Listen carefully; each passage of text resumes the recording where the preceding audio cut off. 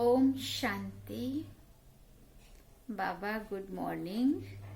आज बाबा के 6 जनवरी 2021 के महावाक्य हैं।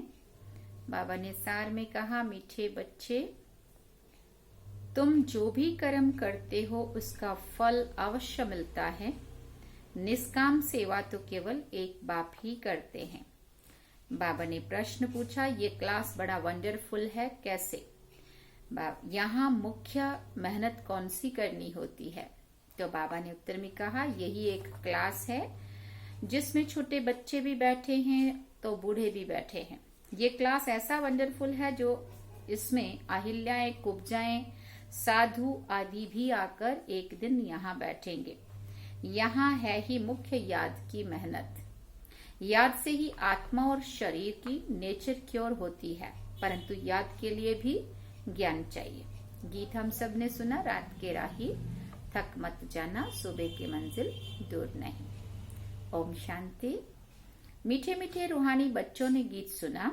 रूहानी बाप बच्चों को इसका अर्थ भी समझाते हैं।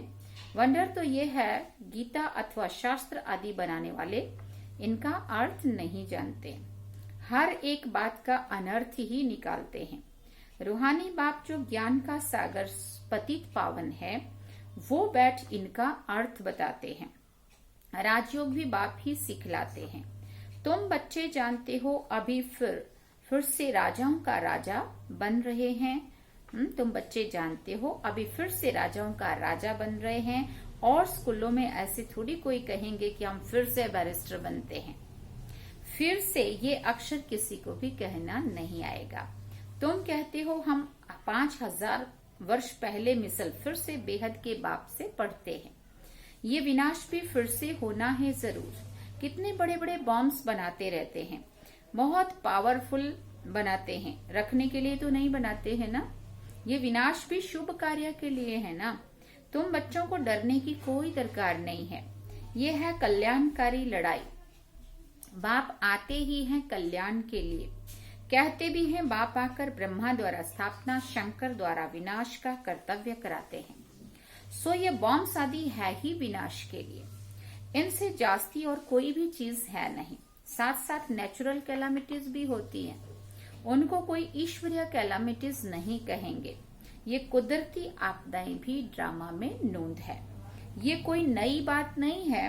कितने बड़े बड़े बॉम्ब्स बनाते रहते हैं ना। कहते हैं हम शहरों के शहर खत्म कर देंगे। अभी जो जापान की लड़ाई में बॉम्ब्स चलाए वो तो बहुत छोटे थे। सुना है ना, जब जापान के जो 2 नगर नष्ट हो गए थे, हिरोशिमा और नागासाकी।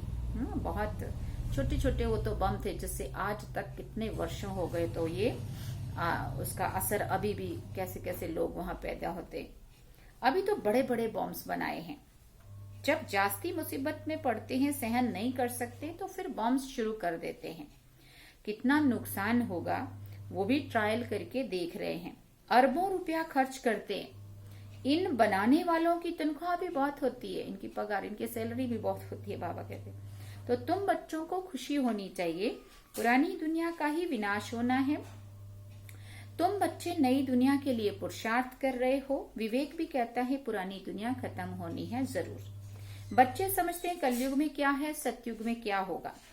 अभी तुम संगम पर खड़े हो, जानते हो सतयुग में इतने मनुष्य नहीं होंगे, तो इन सब का विनाश होगा।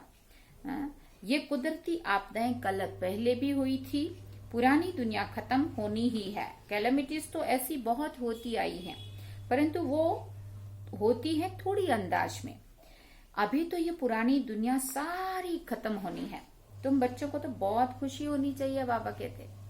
हम रूहानी बच्चों को परमपिता परमात्मा बाप बैठ समझाते हैं, ये विनाश तुम्हारे लिए हो रहा है। सुना, बाबा कहते हैं विनाश तुम्हारे लिए हो रहा है। ये भी गायन है, रुद्र ज्ञान यज्ञ से विनाश ज्वाला प्रज्वलित हुई। कई बातें गीता में है जिनका अर्थ बड़ा अच्छा है, परंतु कोई समझते थोड़ी है। वो शांति मांगते रहते हैं। तुम कहते हो जल्दी विनाश हो तो हम जाकर सुखी होवे। बाप कहते सुखी तब होंगे जब सतो प्रधान बनेंगे। बाप अनेक प्रकार की पॉइंट्स देते रहते हैं, फिर भी कोई की बुद्धि में अच्छी रीति नहीं बैठता है। कोई की बुद्धि में अच्छी रीति बैठता है, कोई की बुद्धि में कम बैठता है। बुढ़ियाएं समझती है शिव बाबा को याद करना है, बस उनके लिए समझाया जाता है अपने को आत्मा समझो, बाप को याद करो। फिर भी वर्षा तो पा लेती है, क्योंकि बाबा बाबा बाबा दिल से करती है और बाबा की सेवा में भी लगी रहती है। इसलिए बाबा कहते हैं फिर भी वर्षा तो पा लेती है, साथ में रहती है। प्रदर्शनी में सब आएंगे। अजामिल जैसी पाप आत्माओं, गणिकाओं आदि का सबका उद्धार होने का है। हम उनसे नफरत नहीं कर सकते कि ये तो ऐसे, इनसे तो बात भी नहीं करनी चाहिए, इनको तो क्या ज्ञान देना है, थोड़ी सुधरने वाले हैं। ऐसा हमें कभी भूल से भी नहीं सोचना चाहिए। हमें सबके लिए रहमदिल बनना है, सबका उद्धार करना है। मेहतर भी अच्छे कपड़े पहनकर आ जाते हैं। गांधी जी ने अछूतों को फ्री कर दिया, साथ में खाते भी हैं। बाप तो और भी मना नहीं करते हैं, समझते हैं इन्हों का भी उद्धार करना है। काम से कोई कनेक्शन नहीं है कि ये क्या करते हैं, उससे कोई कनेक्शन नहीं है। इसमें सारा मतदार है बाप के साथ बुद्धि योग लगाने का। हम के बाबा को याद कितना करते हैं, धारणा कितनी है। बाप को याद करना है। आत्मा कहती है मैं अछूत हूँ। अब हम समझते हैं हम सतो प्रधान देवी देवता थे, फिर पुनर्जन्म लेते लेते अंत में आकर पतित बने हैं। अब फिर मुझ आत्मा को पावन बनना है। तुमको मालूम है सिंध में एक भिलनी आती थी, ध्यान में जाती थी, दौड़कर आकर फिर मिलती थी, बाबा को जोर से आके गले लग जाती थी। समझाया जाता था इसमें भी आत्मा है ना। अब दूसरे लोग बोलेंगे क्या, क्यों बाबा को चिपक रही जाके, लेकिन बाबा कहते थे ये भी तो आत्मा है ना। तुमको बाबा कहते आत्मा का हक है अपने बाप से वर्षा लेने का। बाप तो अपने हर बच्चे को हंसकर गले लगाए, है ना। उनके घर वालों को कहा गया इनको ज्ञान उठाने दो। बोले हमारी बिरादरी में हंगामा होगा। डर के मारे उनको फिर क्या किया, वापस ले गए। तो तुम्हारे पास जो आते हैं तुम किसी को भी मना नहीं कर सकते हैं। गाया हुआ है अबलाएं, गणिकाएं, भिलनियां साधु आदि का उद्धार करते हैं, साधु लोगों से लेकर और भिलनी तक। तुम बच्चे अभी यज्ञ की सर्विस करते हो तो इस सर्विस में बहुत प्राप्ति होती है, बहुतों का कल्याण हो जाता है। दिन प्रतिदिन प्रदर्शनी सर्विस की बहुत वृद्धि होगी। बाबा बैचेस भी बनवाते रहते हैं। कहाँ भी जाओ तो इस पर समझाना है, ये बाप, ये दादा और ये बाप का वर्षा। अब बाप कहते हैं मुझे याद करो तो तुम पावन बन जाएंगे। गीता में भी है माँ में कम याद करो। सिर्फ उनमें मेरा नाम उड़ाए बच्चे का नाम दे दिया है। भारतवासियों को भी ये पता नहीं है कि राधे कृष्ण का आपस में क्या संबंध है। उनके शादी आदि की हिस्ट्री कुछ भी नहीं बताते हैं। दोनों अलग अलग राजधानी के थे। ये बातें बाप बैठ समझाते हैं। ये अगर समझ जाएं और कह दें कि शिव भगवान उवाच, तो सब उनको भगा दें। कहें ये कहाँ से सीखे हो, वो कौन सा गुरु है, कहें बीके है, तो सब बिगड़ पड़ेंगे। इन गुरुओं की राजाई ही चट हो जाए, ऐसे बहुत आते हैं।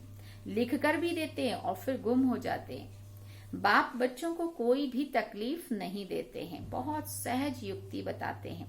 कोई को बच्चा नहीं होता है तो भगवान को कहते हैं बच्चा दो, फिर मिलता है तो उनकी बड़ी अच्छी परवरिश करते हैं, पढ़ाते हैं। फिर जब बड़ा होगा तो कहेंगे अब अपना धंधा करो। बाप बच्चे को परवरिश कर उनको लायक बनाते हैं, तो बच्चों का सर्वेंट ठहराना, ये बाप तो बच्चों को की सेवा कर साथ ले जाते हैं। वो लौकिक बाप समझेगा बच्चा बड़ा हो अपने धंधे में लग जाए, फिर हम बूढ़े होंगे तो हमारी सेवा करेगा, ये उम्मीद रखते हैं। यहाँ ये बाप तो सेवा भी नहीं मांगते हैं। ये है ही निष्काम। लौकिक बाप समझते हैं हम जब तक जीता हूं तब तक बच्चों का फर्ज है हमारी संभाल करना, ये कामना रखते हैं। ये बाप तो कहते हैं मैं निष्काम सेवा करता हूँ, हम राजाई नहीं करते हैं, मैं कितना निष्काम हूँ, और जो कुछ भी करते हैं उनका फल उनको जरूर मिलता है। ये तो है सबका बाप। कहते हैं मैं तुम बच्चों को स्वर्ग की राजाई देता हूँ, तुम कितना ऊंच पद प्राप्त करते हो, मैं तो सिर्फ ब्रह्मांड का मालिक हूँ, सो तो तुम भी हो, परंतु तुम राजाई लेते हो और गंवाते हो। हम राजाई नहीं लेते हैं और नहीं गंवाते हैं। हमारा ड्रामा में ये पार्ट है, तुम बच्चे सुख का वर्षा पाने का पुरुषार्थ करते हो, बाकी सब सिर्फ शांति मांगते रहते हैं। वो गुरु लोग कहते हैं सुख कागविष्टा समान है, इसलिए वो शांति ही चाहते हैं। वो ये नॉलेज उठा ना सके, उनको सुख का पता ही नहीं है। बाप समझाते हैं शांति और सुख का वर्षा देने वाला एक मैं ही हूँ। है किसी की ताकत? कोई गुरु महात्मा संत धर्मात्मा किसी की भी ये ताकत कहने की कि मैं ही हूँ? सुख और शांति का रास्ता बताने वाला मैं ही हूँ। सत्युग त्रेता में गुरु होता नहीं है, वहां रावण ही नहीं है, वो है ही ईश्वरीय राज्य। ये ड्रामा बना हुआ है, ये बातें और किसी की भी बुद्धि में नहीं बैठेंगी। तो बच्चों को अच्छी रीति धारण कर फिर और ऊंच पद पाना है। अभी तुम हो संगम पर, जानते हो नई दुनिया की राजधानी स्थापन हो रही है, तो तुम हो ही संगम युग पर, बाकी सब है कलयुग में। वो तो कल्प की आयु ही लाखों वर्ष कह देते हैं, घोर अंधियारे में है ना। गाया भी हुआ है कुंभकर्ण की नींद में सोए पड़े हैं, विजय तो पांडवों की गाई हुई है ना। तुम हो ब्राह्मण, यज्ञ ब्राह्मण ही रचते हैं। ये तो है सबसे बड़ा बेहद का भारी ईश्वरीय रुद्र यज्ञ। वो हद के यज्ञ अनेक प्रकार के होते हैं, ये रुद्र यज्ञ एक ही बार होता है। सत्युग त्रेता में फिर कोई यज्ञ होता नहीं है, क्योंकि वहां कोई आपदा की बात ही नहीं रहती। जो कोई आपदा आवे और फिर हम यज्ञ रचें, बाबा कहते वहां ऐसा नहीं होता। वो सब है हद के यज्ञ, या उसको मटीरियल यज्ञ भी बोलते हैं बाबा। ये है बेहद का यज्ञ, ये बेहद का बाप का रचा हुआ यज्ञ है, जिसमें बेहद की आहुति पड़नी है। फिर आधा कल्प कोई यज्ञ नहीं होगा। वहां रावण राज्य ही नहीं, रावण राज्य शुरू होने से फिर ये सब शुरू होते। बेहद का यज्ञ एक ही बार होता है, इनमें सारी पुरानी दुनिया, पुरानी सृष्टि स्वाहा होती है।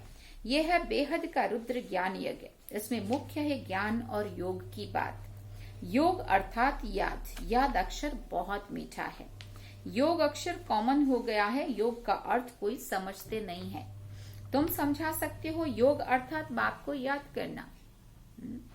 बाबा आप तो हमको वर्षा देते हैं बेहद का। आत्मा बात करती है, बाबा आप फिर से आए हो, हम तो आपको भूल गए थे, आपने हमको बादशाही दी थी, अब फिर से आकर मिले हो। ऐसे आत्मा बाबा से बात करती है, रूरिहान करती है। आपकी श्रीमत पर हम जरूर चलेंगे, ऐसे अंदर में अपने साथ बातें करनी होती है। बाबा आप तो हमें बहुत अच्छा रास्ता बताते हो, हम कल्प कल्प भूल जाते हैं, अभी बाप फिर से अभूल बनाते हैं, इसलिए अब बाप को याद करना है। याद से ही वर्षा मिलेगा। मैं जब सन्मुख आता हूँ तब तुमको समझाता हूँ, तब तक गाते रहते हो तुम दुख हरता सुख करता।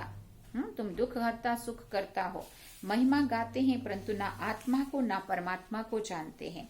अभी तुम समझते हो इतनी छोटी सी बिंदी में अविनाशी पार्ट नोंदा हुआ है। ये भी बाप समझाते हैं, उनको कहा जाता है परमपिता परमात्मा अर्थात परम आत्मा। बाकी कोई बड़ा हजारों सूर्यों मिसल नहीं हूँ। हम तो टीचर मिसल पढ़ाते रहते हैं, कितने ढेर बच्चे हैं, ये क्लास तो देखो कितना वंडरफुल है। हाँ, कैसे वंडरफुल है।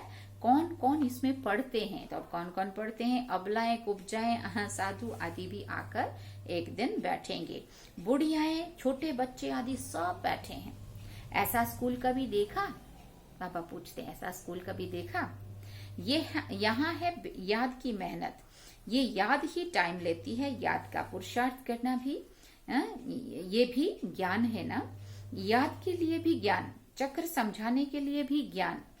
ये सारी समझ चाहिए ना। नेचुरल, सच्चा सच्चा, नेचर क्योर इसको कहा जाता है। तुम्हारी आत्मा बिल्कुल प्योर हो जाती है। वो होती है शरीर की क्योर और ये है आत्मा की क्योर। आत्मा में ही खाद पड़ती है। सच्चे सोने का जेवर होता है ना। अभी यहाँ बच्चे जानते हैं शिव बाबा सन्मुख आया हुआ है। बच्चों को बाप को जरूर याद करना है। हमको वापस जाना है, इस पार से उस पार जाना है। बाप को, वर्षे को और घर को भी याद करना है। वो है स्वीट साइलेंस होम। दुख होता है अशांति से, सुख होता है शांति से। सतयुग में सुख, शांति, संपत्ति सब कुछ था। वहां लड़ाई झगड़े की भी बात नहीं है। तुम बच्चों को ये फुरना होना चाहिए कि हमको सतो प्रधान सच्चा सोना बनना है, तब ही ऊंच पद पाएंगे।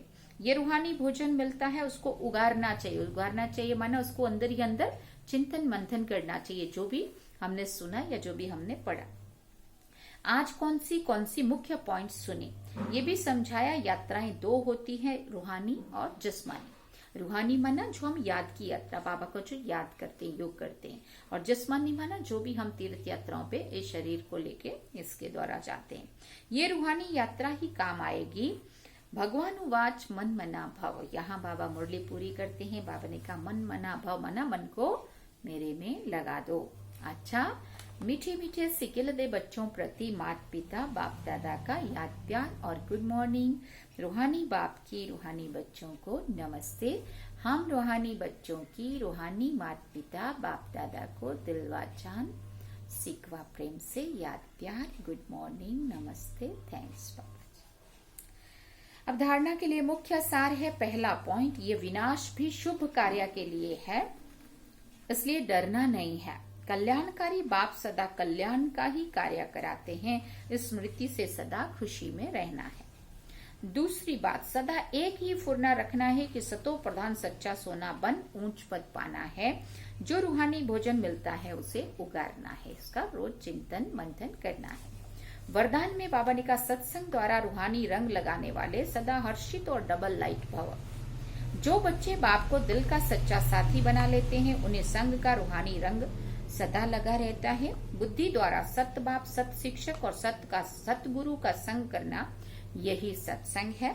जो इस सत्संग में रहते हैं वो सदा हर्षित और डबल लाइट रहते हैं। उन्हें किसी भी प्रकार का बोझ अनुभव नहीं होता है। वो ऐसा अनुभव करते हैं जैसे भरपूर है। खुशियों की खान मेरे साथ है। फिर बाबा ने कहा खुशियों की खान मेरे